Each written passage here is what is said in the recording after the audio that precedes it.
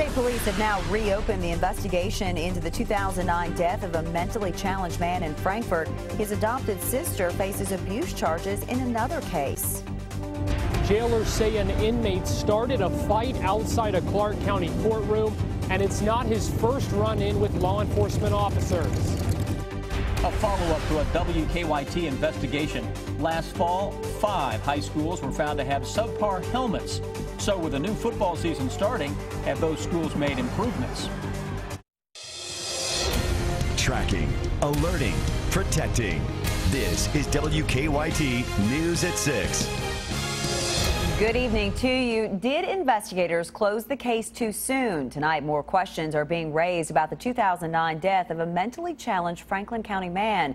We've been tracking this story all week. The man's adopted sister, Candy Lawson, now faces abuse charges in Michigan. The coroner says the man only weighed 60 pounds when he died.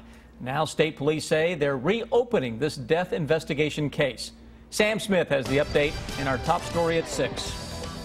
Police in Michigan arrested Candy Lawson after they say they found her disabled, adopted sister starving and living there in a closet.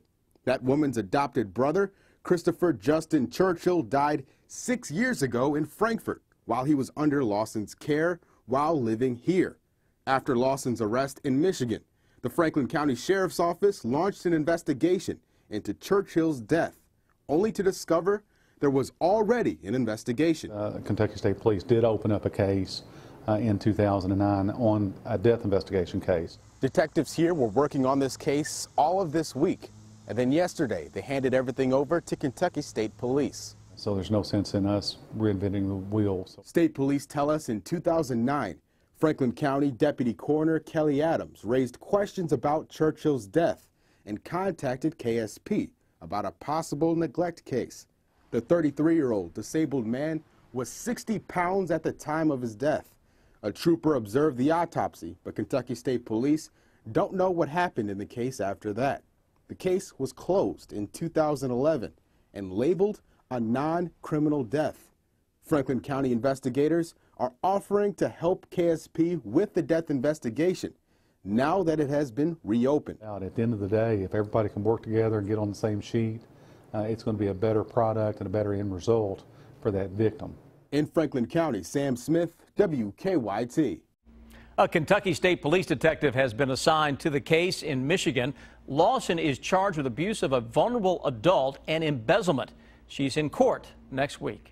A hearing for an assault suspect in Clark County had a violent end today. Investigators say the suspect, Brandon Hawker, punched the jailer as he was being led out of the courtroom. It happened even though investigators say Hawker was in shackles and handcuffs. Garrett Weimer has the story.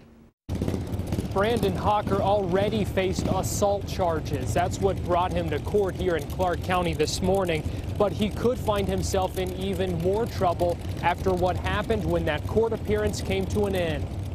The judge continued the hearing until Hawker could have a competency hearing, but Hawker did not seem to be happy about that.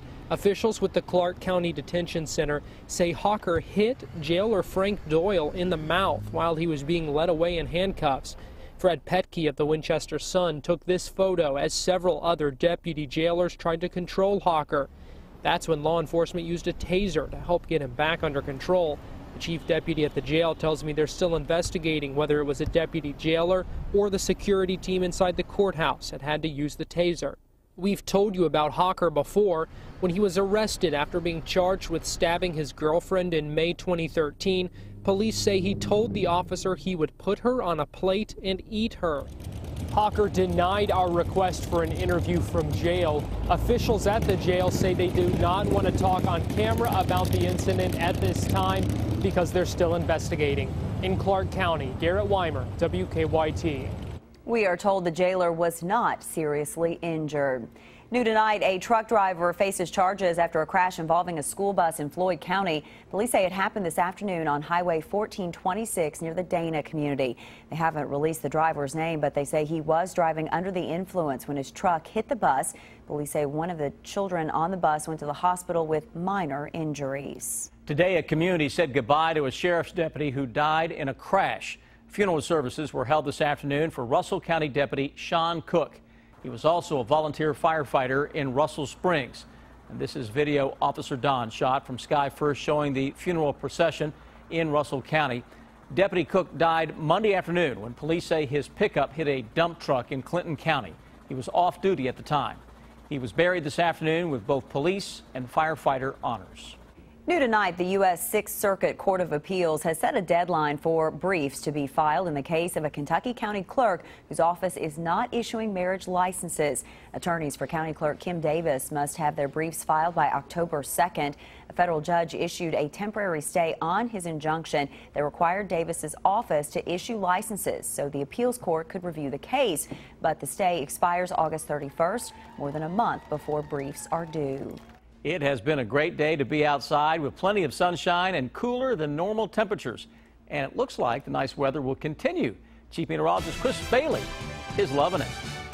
I am. I would imagine, Sam, I am not alone out there across the land today. It's about as good as you're ever going to see for summertime around Kentucky. Sevens are wild right now. Look at the numbers showing up on our live sky cam. 77 Corbin, 77 Frankfort, Lexington and Richmond as well. Every location with a partly to mostly sunny sky. Those low humidity levels leading to a very comfortable air mass all across the region. We've got other areas that are around 77 as well. Mount Sterling, Moorhead, down into the Jackson area.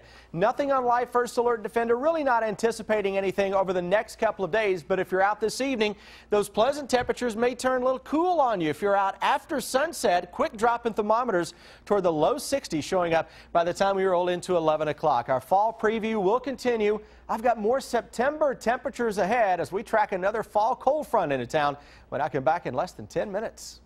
A new football season kicks off tomorrow night for high schools around the Bluegrass. Helmets play a key role in protecting players from serious injuries. But last fall, a WKYT investigation found 5 Kentucky high schools were using football helmets considered to be below par.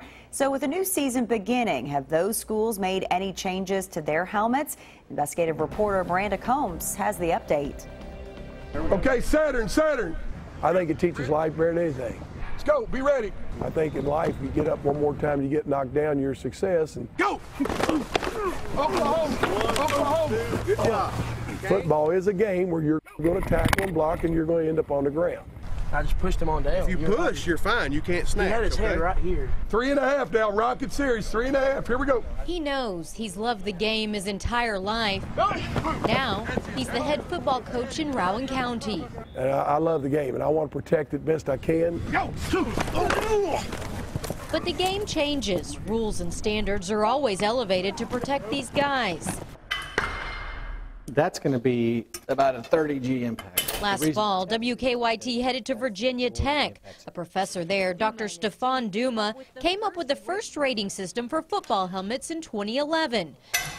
Every year since, they've been testing helmets and giving them a rating. 5 stars is the best, 3 stars is good, and anything below that, Duma said, shouldn't be on your child's head. Not recommended 1 star, 2 star. These are the ones we want people to get out of. Our initial investigation uncovered 5 Kentucky schools with helmets below a good rating.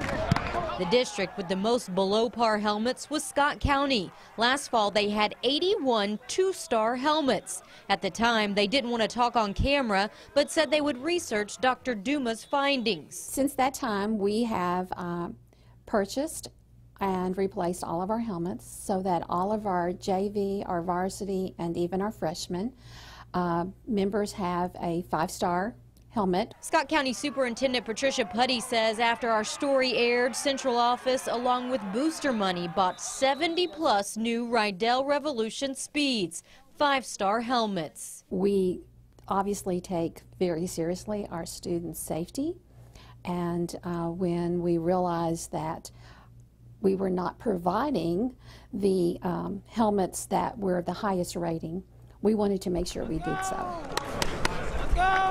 Rowan County was also on our list last fall. Coach Ray Graham's program had 6 helmets with less than 3-star ratings. They now have 15 new 5-star helmets in their inventory. Go! I'm going to be wearing the best protection money can buy. That's what you want to be able to say to any parent. We're going to put your child in the best equipment that we can buy. We filed an open records request with Fayette County. They had 3 schools, Dunbar, Tates Creek, and Bryan Station, with less than good helmets. All 3 show they still have those helmets in their inventories. Gosh, great to see folks making changes. The city council read a motion last year to have new helmets for Tates Creek. Is that right? They did. They were going to use some money that didn't happen when a dance didn't happen last fall to use that money for new helmets. I reached out to the school district about that and if those helmets were bought and just didn't hear back. Yeah. Good to see that Scott County with 70 new helmets. That's not cheap, is it? Not cheap at all. Right. Good commitment for them. Way to stay on the story. Miranda, thank you. Right. He is in the fight of his life. A Franklin County teenager's life took an unexpected turn this month when he suddenly came down with a serious illness. Bradley Kamick is a student and soccer player at Frankfort High. But as Michelle Chamberlain tells us, the community is rallying to help him and his family. Bradley's first seizure before soccer practice was over 7 minutes long, and doctors aren't sure of its cause. It's terrible. I mean, and especially when he's having them, not just only in his brain, but when you see him having them, it's the worst sight ever. His mom said at one point he had 20 seizures in a 6-minute period. Doctors have diagnosed him with having viral encephalitis and put him in a medically induced coma to give his brain a rest from the constant seizures. His mom said the doctors finally found a medicine that has kept the seizures at bay for the last 48 hours. She's holding on to hope that he's on the right path to becoming healthy. When he comes out, he has a big story. I'll have a big story to tell him. He won't believe it. But. Several people have come together to help Julie with her medical expenses. Her co-workers are putting on a benefit luncheon to raise money, and her family has started a GoFundMe page that has raised over $6,000 in just 2 days. I mean, that's people's hard-earned money, you know, and I'm just thankful for everybody that has, you know, done that. Julie is a single mom working 2 jobs but hasn't been to work since Bradley's been in the hospital. She said she has no intention of leaving his side until he's better.